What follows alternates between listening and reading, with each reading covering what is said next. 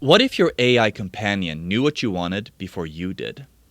At the July Shenzhen Wearables Meetup, Cayden Pierce of the MIT Media Lab gave a keynote about proactive and contextual AI agents running on all-day smart glasses.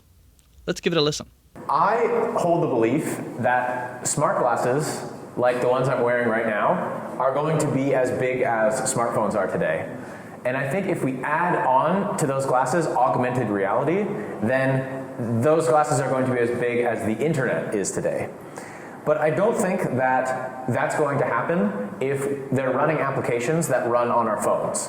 If they just do the things that our phones already do, but on our face, that's not going to be the reason that we adopt a new computing paradigm. And we see a lot of people, when they're talking about smart glasses, or they're showing off a smart glasses demo, they're doing things like checking the weather on their glasses, or sending an email, or listening to some music. And these are great, these are things I think we probably will do with our glasses. But I don't think that they're that 10x improvement or 100x improvement over just using your phone. There's a nice little story that kind of illustrates this. I remember there's a video of the founder of North. North is a smart glasses company, was a smart glasses company. They raised hundreds of millions of dollars. They put all kinds of investment into building a product, and they had an interview, and the founder was wearing their glasses. And the journalist said, "Oh, what can your glasses do right now?" And he's like, "Oh, well, I can see right now it's 12:37 on a Wednesday, and it's 72 degrees out here." And I saw that video and I realized, wow, there's so many people working so hard to build this really, really deep technology, and I think just missing the point of the fact that this needs to do new things for us, that provides new value, not just taking everything that's already on your smartphone and overlaying it on your vision. So I think that in order for smart glasses to be that 100x more useful, it's going to require an entirely new kind of app. Not the kind of app that we run on our phones now, but a kind of app that is contextual and proactive and intelligent.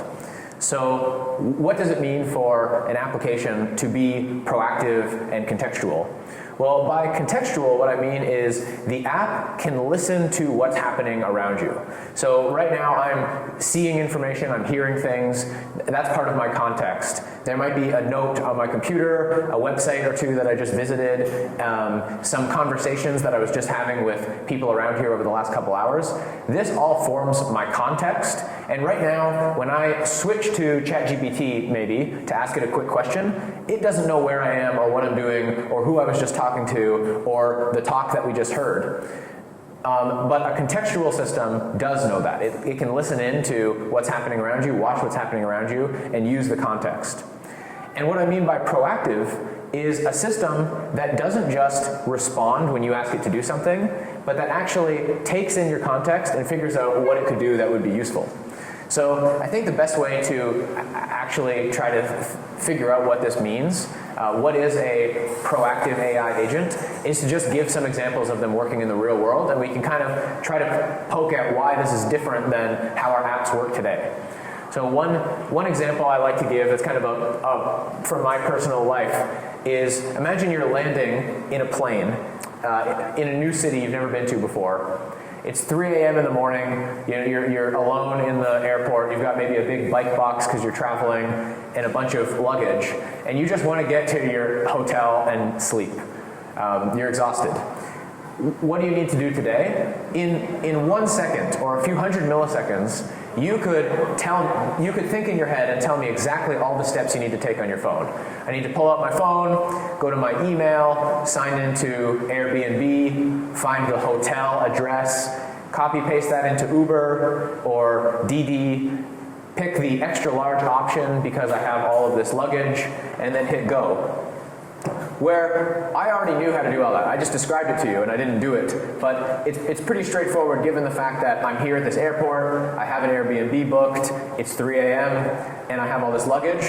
These are the steps I need to take. So today's technology, today's apps, sit there waiting for you to tell them what to do, and that works well. But tomorrow's apps, proactive AI agents, will take in the context that you're in the airport, that you have all this stuff, that you have an Airbnb, and they will proactively operate. They will proactively act and take action to do what you would have done otherwise to do a better job and be faster.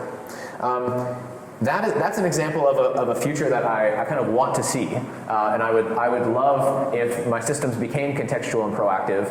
And so we've been working on building these types of systems, and I'm going to give a few more examples of what a proactive agent might be. Let's just think of some scenarios and talk about what a proactive agent might do in that scenario. For the next one, this one actually happened to me with the prototype proactive agent system that we built. So a friend of mine was visiting my house in Boston, in USA, and we were working on some projects late at night. I was on my computer, and he was leaning over talking to me, eating the dark chocolate from my fridge, eating far too much, more than he should be eating. I said, hey man, you know, it's 8:30 at night, and that chocolate has a lot of caffeine. Caffeine, the same stuff that's in coffee that keeps you awake. And he said, oh, come on, really? Like, how much caffeine is there in it anyway? And I didn't know the exact number, and probably knowing this friend, he would have just said, I don't care, and went on. But because I was running a proactive agent on my glasses that was listening in, that had context, that agent heard what was said and said, oh, that would be useful information to the conversation. So it went online and it did a quick Google search.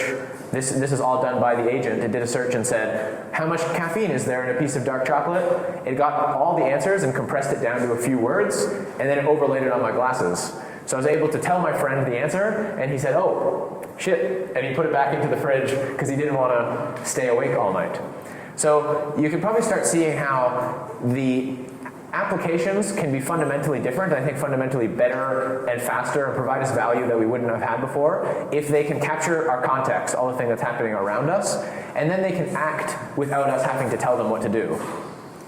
Some of the other interesting examples, I'm just going to like throw off a bunch that you could think of doing. Perhaps you're in a conversation and somebody said a word you don't know, that some concept you've never heard of before. The glasses could detect that, pull up just a little bit of information, maybe from the Wikipedia and a quick image, and overlay that on your vision to kind of fill in that knowledge gap. Or let's go back to the weather example. I don't need my glasses to constantly tell me what the weather's going to be like tomorrow. But when my friend asks me if I want to go for a run in the park tomorrow, that's exactly when I want my glasses to say, oh, I know what park they're talking about because they went there before. I know when tomorrow is, so let's pull up the weather report and overlay it briefly on the top of the user's vision, because then I might see, oh, it's going to rain, maybe we can reschedule to a different time. I don't want to have to say, 1 second, and start asking my computer, hey computer, please pull up the weather and all this stuff. That's when I switch to my phone anyway. What makes the glasses, the head-up display so valuable in this case is that it's there all the time. It's immediately available for you, and so the moment you start talking about what you're going to do tomorrow, the system can listen in, pull up the relevant information, and give it to you without you having to leave the context that you're in. There's a huge number of possible examples for this. One that might be interesting, imagine you're going to a mall and you are looking for a specific store and you have augmented reality glasses.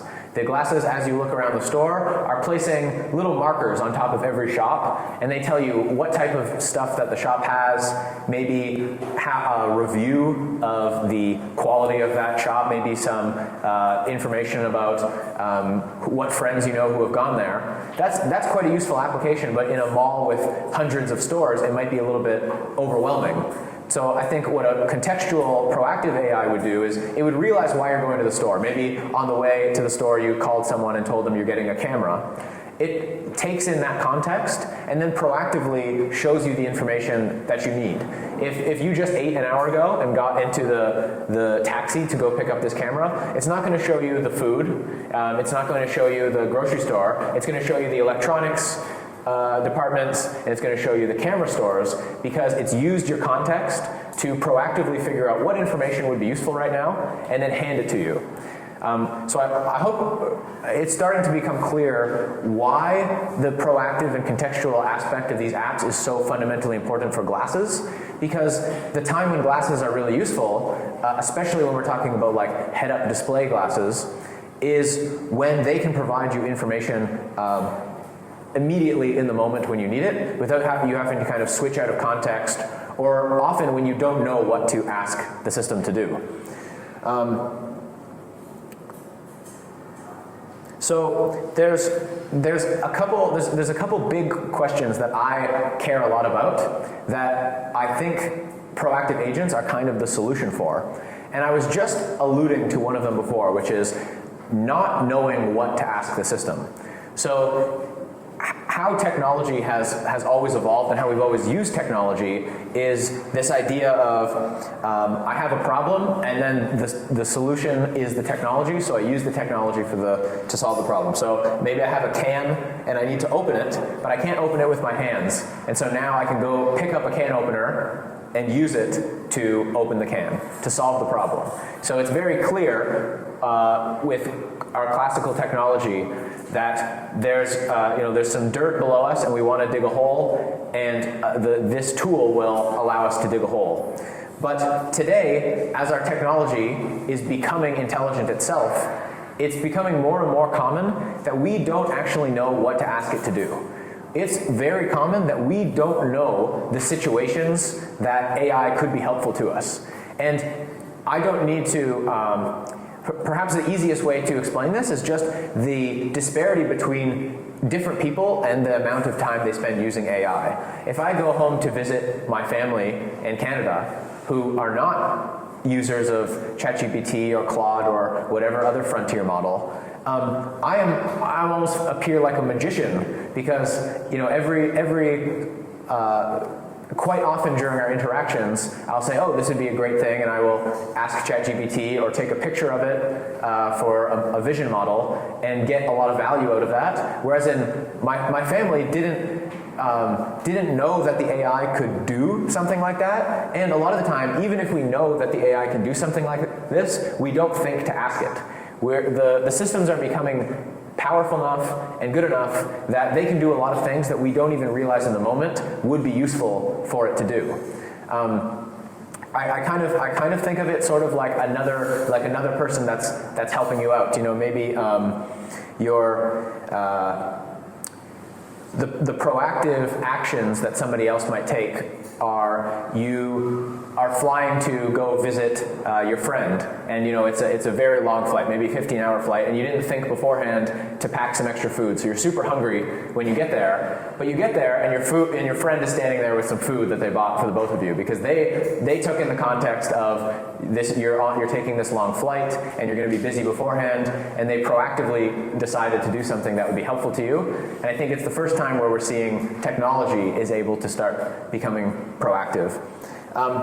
And it's also interesting to me because I'm constantly wondering, what is the next human-computer interface? What is the next, we talked about this a bit today, but we've started way back with desktops and laptops and phones, and we have watches and things, but where are we moving in the future? And I think that proactive AI agents form a lot of the killer use cases of smart glasses.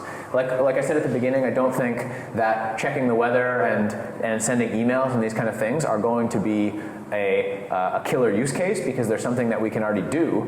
But but smart glasses enable proactive AI agents. So for this proactive AI agent to work, it needs context of the world around it, like we discussed. It needs to know where you're going, what your intentions are, what you're talking about, and what's going on in the world around you. Your phone in your pocket doesn't know all of that. It knows some of it, but a pair of glasses that can see what you see and hear what you hear are able to capture that context very richly for a proactive AI agent.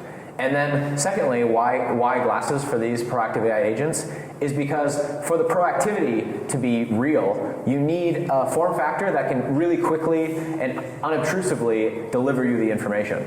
So there's a lot of cases where something might be useful to you, but you don't want to get a notification and say 1 second and look at it on your phone. You just want this to be kind of part of the context. And so another example of a proactive AI agent system is the language learning glasses that we talked about last meetup. And so I didn't go into depth as to the fact that these are a proactive agent system, but they absolutely are, because on my glasses, maybe on a classical type of interface would be, I can't understand somebody, and so I pull out my phone and like type what I want to tell them. I make a request to the machine, and then it gives me back the translation, or maybe I don't know a word, so I pull out my phone and I type in the word that I don't know, and it will translate it into the language I'm learning and give it to me. But what we're doing on the glasses is we can't wait for somebody to ask the glasses for what's the meaning of this word, or ask for a translation or something like that. So we have AI agents which are contextual. They listen to what you're talking about and look at where you are, and they have information about your fluency level in the language. And they're proactive, so they don't wait for you to ask them to translate something. They don't wait for you to say yes on a button on your phone. They just figure out what information would be most useful to you right now, and then they give it to you. So one other system that I can show you a demo of today is Convos, another example of a proactive AI agent system. And this one is specifically designed for conversation augmentation. So how can we help people, when they're having conversations with each other, to be more creative and to solve problems better and to better connect with the people that they're speaking with? And one of the ways that we've tried to do that is by kind of taking some of these proactive AI agents and pulling them into our conversations in ways that could help us out. So some examples of the proactive agents that run during conversations is something like a question answerer. That's the example I gave you with the chocolate bar earlier. When somebody asks a question and it goes unanswered, this agent will use its memory and its access to the internet to answer that question and overlay it on your vision as fast as possible. But there's also other agents. There's a what if agent that listens to the conversation and tries to generate interesting ideas that might be kind of on the verge or on the edge of what you've been discussing today, but that are kind of interesting and promote further thought and might consider things from an angle that is different than what you considered it at before. There's things like a devil's advocate agent. So if you're having a conversation with your friends, and maybe you're kind of, or coworkers, maybe you're all sort of having some groupthink happening, groupthink where everyone starts to think the same thing, and no one provides a perspective that's any different than other people. The devil's advocate detects when that happens, and it says, maybe I could suggest a different viewpoint, a different way of looking at this, or poke some holes in the argument that everyone is agreeing on in order to kind of promote further discussion and move things along instead of getting stuck in groupthink. And we have a few other agents. I guess one main one, actually, what we started with is the definer agent. So the idea being, if somebody mentions a word or a concept or a place that you haven't heard of before, then the system will gather a bit of information about that place and overlay it on your vision. So maybe somebody says they're from Zimbabwe and you've never heard of that country before. It can pull up the name of the country so you can remember it and know how to say it out loud. Maybe just something about the population, and then a world map zoomed in there so you can know roughly on the planet where it is, and kind of to try to improve your conversation. So I have a quick demo video of that system running. This one is running in a smart meeting room. So Convoscope can be deployed in a meeting room, on a projector, on a laptop, or on the glasses, and it runs all the same logic. So I'm going to show you the smart meeting room version because it's much easier to see it, but afterwards I can demo on the glasses themselves these agents running in an even more up-to-date version of Convoscope. What do you think of this Bhutan's gross national happiness idea? I can't remember. Let's see. Oh, yeah, I remember this. It's interesting. But I wonder sometimes if these things are all for show, like when the Canadian government promised UBI, but they never gave it. Wait, I thought they actually tried that. Nope. No, I'm actually certain. I think that they did try it. Yeah, they Actually implemented it for a bit, but then they canceled it after a year or two. Oh, really? I have to look into that more. But you know what I mean in general. Oh yeah, totally. In general, I know what you mean. Like, I wonder if these things are just to make them look good sometimes. Like, how much impact did these social feel-good stories actually have in the real world? Yeah, the happiness may be improved. Not sure I buy it's correlated with the fact that they implemented gross national happiness. Yeah.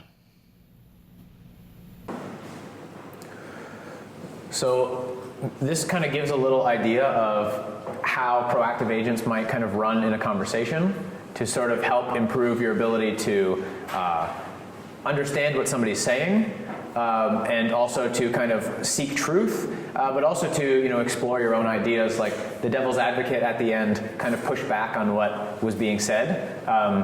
And so this is something that we're exploring.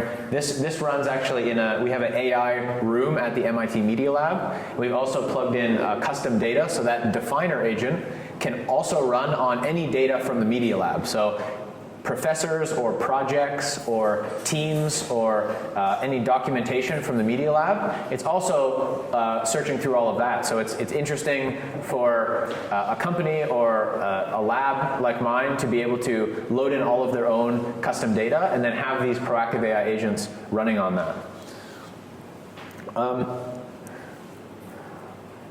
The last kind of technical piece I want to touch on is a question of what do we have to do to achieve this kind of thing. And there's a lot of things that we need to do technically in order to have proactive agents that work well. I mean, clearly that's a functioning demo, and afterwards I can show you some on my glasses. Like, it's certainly possible now by combining some of the latest miniaturized hardware with the smartest models like Claude 3.5 or GPT-4o, etc. But I think that we need, like, on a bigger level, in terms of how apps actually operate today, needs to change. Because right now, all of our devices kind of have this assumption of, you've got a bunch of boxes on a screen and you press one, and now you're inside that app. You're in the session, you do what you need to do, and you leave it. It's this kind of, you're using one application at a time. And when you're not using it, it's off. But for these proactive AI agents to work, they need to be able to be listening to context at all of the time. It doesn't always have to be, your point of view video necessarily, but there's different bits of context that they need to gather in order to actually operate. And so you can't just have the system that only runs when you tell it to run if the whole point that we're discussing here is that it needs to be proactive and it needs to figure out what to do without you explicitly telling it to do that. So I think in order for that to happen, we need to sort of add a new kind of like a semantic layer or a natural language layer on top of our operating systems and on top of our APIs. So for example, we are, for example, you have a healthy eating AR application that wants to show you suggestions for healthy food to eat. But you don't want that to run all of the time, right? When you just got up and got ready for the day and you ate your breakfast, you're not hungry anymore, you're trying to do something else, maybe you're, again, going shopping for that camera like I mentioned before.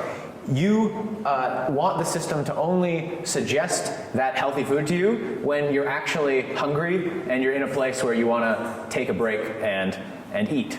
So how does the system know, without you explicitly saying, okay, now it's time to eat, how does it know what information to show? Well, I think most applications will want to show more information. They'll always be saying, if I write an app that is the healthy eating app, I'm going to try to always show suggestions, or quite often show suggestions to my user saying, oh, there's this healthy food here or healthy food here.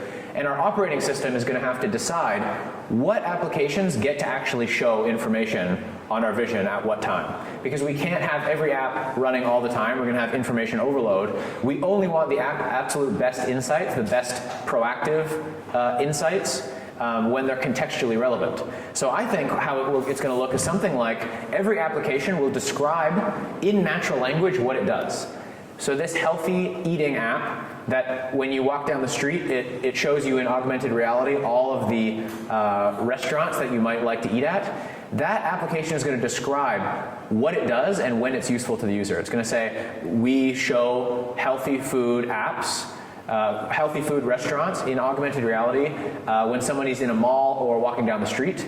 And the time we do that is when the user is hungry and maybe not in a super rush because it'll take a little bit longer. Something like that. So that's almost like, it's almost reminiscent of permissions that you have on your phone today, but these are semantic permissions. So now, next time you're walking down the street and you just had a nice big breakfast, and your healthy eating AR application says to your operating system, I want to show an insight on this guy's glasses. Your operating system will say, he just had breakfast, he doesn't want to see this, no thank you. And that's going to be, I think, like the type of interaction we're going to need, because it's too broad. Once these systems become intelligent, it's far too broad, the amount of things that they're going to be doing, that we can just make a list of permissions. We can't make a, how long since they ate permission, because it's far too broad. And I think another example, just thinking about, like, it's not just your own applications running on your own device, but it's also devices and systems working together that's going to require the semantic interface. Just to stay on, like, the exact same note here, the same kind of idea of, like, showing information. Maybe you're walking past a restaurant and they want to show you their wonderful dish. And the system will send that to your device, and your device says, no, I'm not going to show this ad to the user. You've been semantically blocked. But then the restaurant might say, we have a deal on right now, so this is actually the cheapest food in this whole place, and your user really likes cheap food. And it'll say, okay, maybe, but do they actually like the food here? Your OS might say that back to the restaurant, and they'll say, oh yeah, it's barbecue. And your OS might say, oh, sorry, my user is vegetarian, no thanks.